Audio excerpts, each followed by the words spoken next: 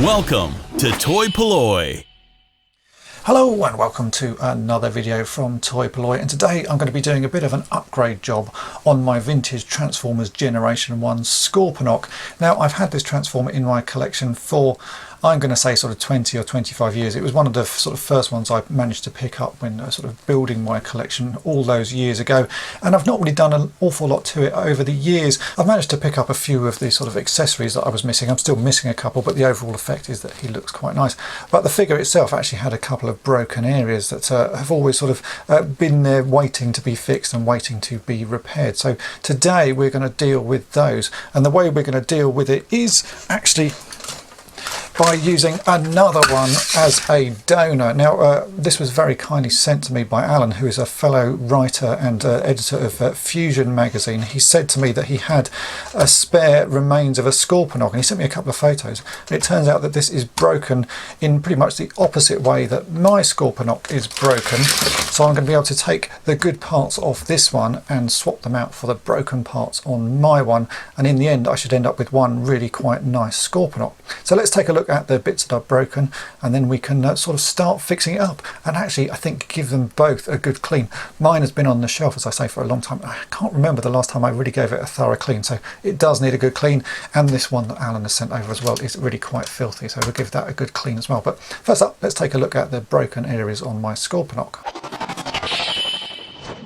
So here is the big chap laid down. He is a very big toy if you've ever had one of these to work on. He's big and he's heavy, and I think that's why some of these areas have broken, because if you drop him or knock him over, there's a couple of bits that are quite sort of susceptible to breaking. First one being his claws. You can see here he has these sort of claws in his hand. If I remove the gun, just by giving that a wiggle, he has these quite nice claws that sort of open and close, and on this part of the claw there should be two little hooks. You can see that the front one is there and that one has snapped off. If I show you the right side one of his arms, you can see there that there are two hooks. So that's always been broken on this one that I've had. It was been broken right from when I got it, and luckily the one on Alan's, the back part of this isn't broken. The front part I think has got a bit of the claw missing, but the back part hasn't snapped. So there you go. You can see I can take this back section off, and we'll make one good hand out of that.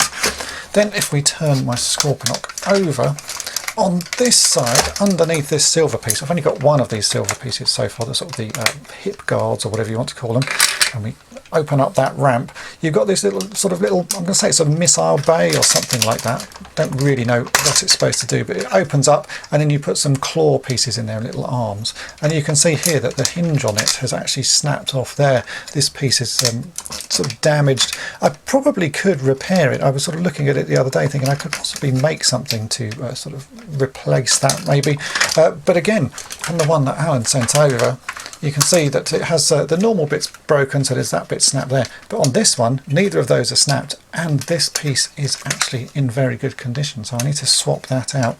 And then, as I say, generally a good clean. There are some bits on Alan's that look a lot nicer than mine, a lot sort of less yellowed, so maybe I take more parts off of that one and put onto here. You can see this sort of back hinge piece on mine is quite yellowed and a little bit sort of faded, so I think overall I'm just going to start sort of swapping parts out. That's what I like about Transformers. Sometimes you don't need to fix things, you can just sort of find another broken one and take the best of both, and you'll make one really quite nice figure. So first thing to do, let's give these a good wash. I'm just going to be using hot soapy water and a toothbrush to clean all of the nooks and crannies. I'm not going to submerge this toy because there are loads of metal pieces inside it, loads of screws, so it'll just be using toothbrush on the surface and cleaning everything and making it look as nice as it possibly can be.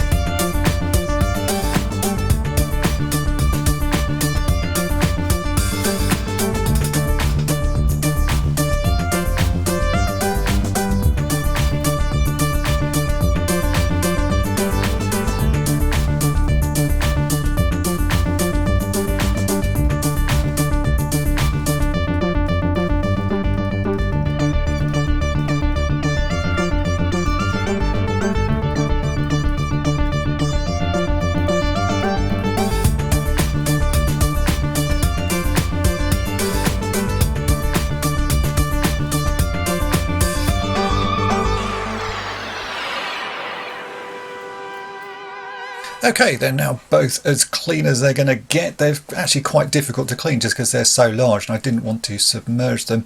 If I had sort of more time to spend on this project, I probably would have taken them apart completely and cleaned every single part separately, but that would be quite a lot of work. So for this project, just a good clean like that will do the job.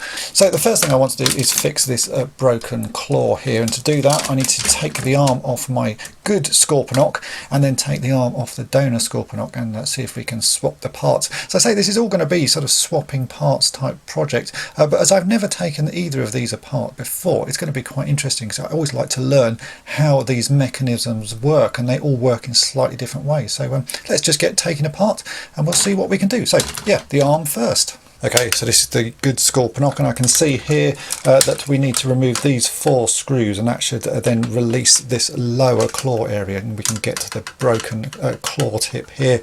So I think the first thing to do is just to unscrew these 4 screws at the top on the shoulder portion, or the upper arm portion. Just a normal Phillips screwdriver will do that.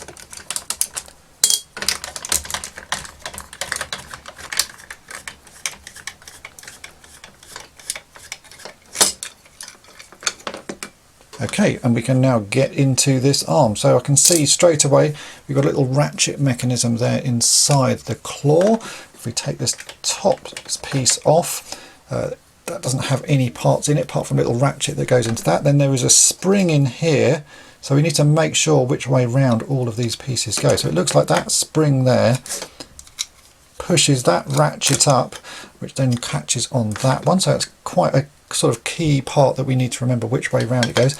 This is the bottom section of the arm, and then there's another little plastic piece here which I think is the bit that ratchets the sort of the shoulder joint, so that goes on there. So again, fairly straightforward, but an interesting sort of combination of these, and certainly not one I've seen before. So we can leave those pieces as we need them.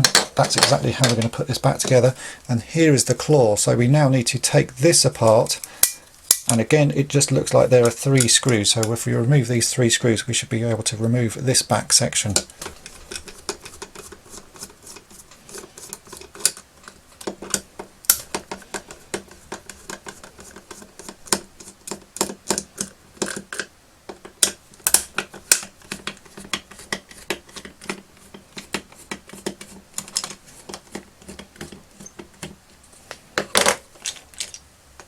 There we go. And again, there's a similar, in fact, exactly the same little ratchet piece there in the sort of lower thumb part, should we say, of the claw that goes in there.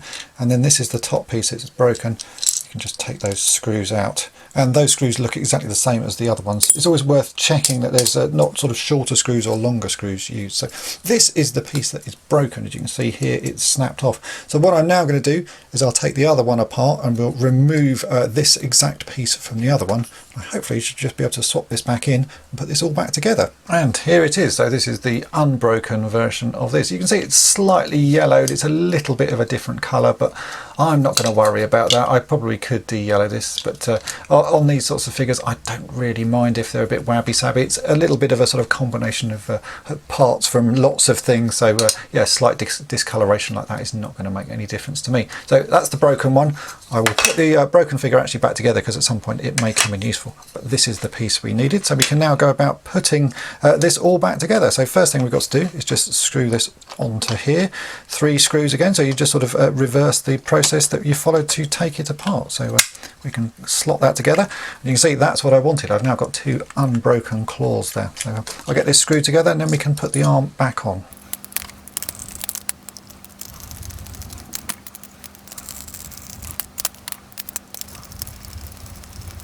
So that's the claw together, and we can now reverse the process of putting the shoulder and upper arm back on. So this was the lower portion with the spring in place, and that hooks onto there. You can see that little black piece of plastic. That does actually come off. You can slide that off. It's the ratchet mechanism for the shoulder. So we slot that in like that. We can then push this arm on here, so that goes in place, and that spring pushes this ratchet down. And then we take the top section and make sure everything is lined up, and we'll push those 2 pieces together as well. It should just sort of clip together. Yep, and then we can replace the 4 screws, and this should then be a nice complete arm. The first time this figure has had a complete arm in well over 25 years.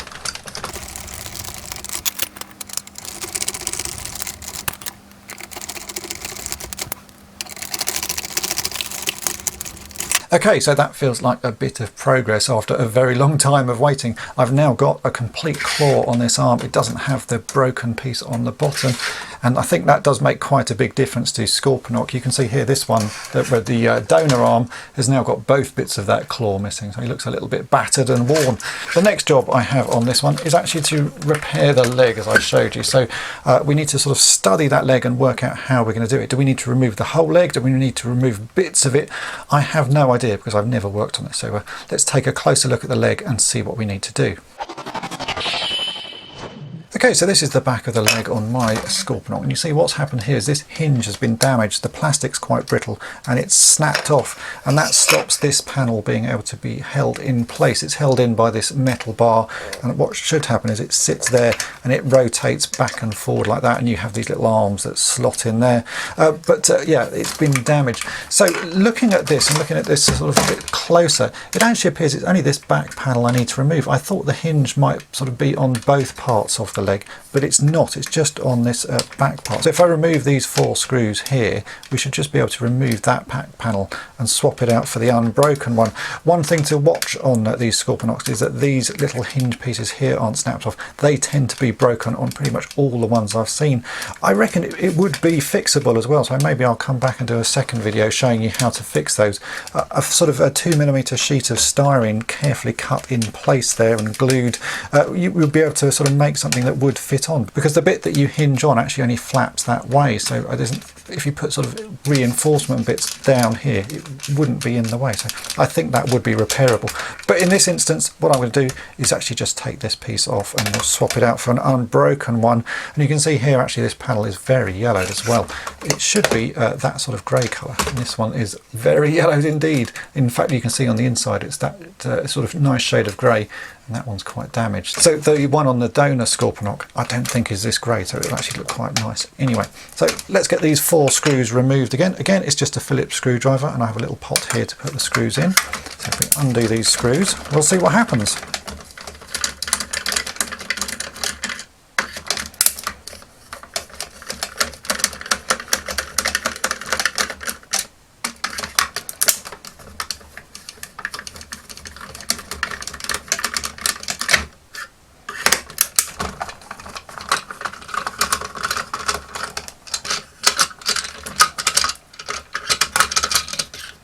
Well, that was nice and simple. It really is just held in with 4 screws. If I turn that over, we can knock the screws out just so that we store them, and rather than lose them on the floor. And then you can see exactly it's this piece that has broken. Again, I probably could have fixed that. I don't know why I didn't bother fixing this over the years. I think it's only because I've learnt sort of skills and abilities to do this in recent years that this has been on my shelf, as I say, for a very long time. I probably just haven't bothered doing it. But yeah, that's a very easy thing to fix, I think. Again, with a little bit of styrene, you could have made something and repainted it. But in this instance, we'll be using the one from the donor, because that was the whole point of getting that. So let's replace that. We'll take the one off the donor and we'll swap this back in. So here is the donor leg. That's the one I took off, and that's the replacement one. As you can see, that grey panel is not yellowed so badly. There's a little bit of yellowing on this side, but the overall colour of actually these two pieces is very close indeed, so I don't think there's going to be any issues of this standing out as you know, being from a different vehicle. You can see there's a little bit of yellowing actually, because that's where that silver panel sits on, so there's a little bit of a mark there, but it doesn't really bother me at all. If you've watched my channel, you'll know that I class myself as a wabby-sabby collector. It means nothing has to be perfect, but in this instance that will certainly do. So we can swap that back on, just clip that in place, do up the 4 screws, and yeah, that's a nice replacement for this sort of otherwise broken Scorponok leg.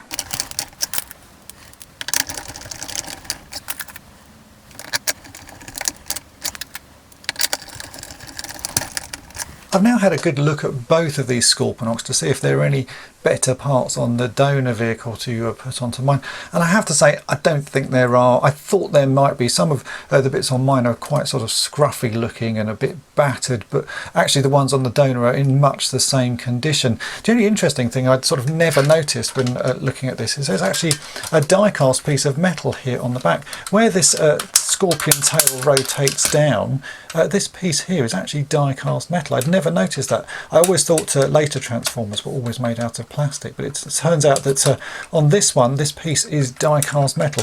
I'm guessing because there's an awful lot of force put onto this by the tail here, and you know, it would be very easy to snap that if it was made out of plastic. So I sort of learned something new that I didn't know about this toy while fixing it, and that's always quite nice.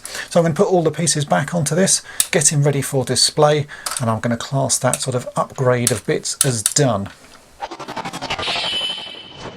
So here he is. This is my Scorponok now ready to go back on display.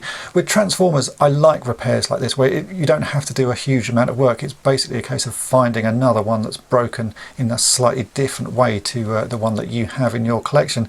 A lot of the videos I show on my channel are sort of major repairs, you know, fixing things and making things from scratch, but with Transformers, often just finding another broken one is the way to go about it.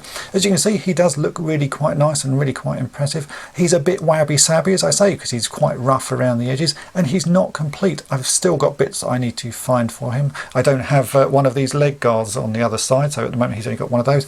And this poor little chap here, I don't think I've ever seen the arms for him, so he's always been a bit armless. But yeah, at some point maybe I will, but it doesn't actually matter because the overall effect with Scorponok is that he does display quite nicely. And I'm very pleased after about sort of 20-25 years to finally have one with unbroken claws and also fix that panel on the back of him. So big thanks to Alan for helping me out with this project. If you've enjoyed this video, then make sure to hit the subscribe button and tap the bell to be notified each time I upload a new video. And thanks for watching. Thanks for watching toy-polloi. Subscribe for more great videos. You can also follow toy-polloi on Twitter, Facebook, and Instagram.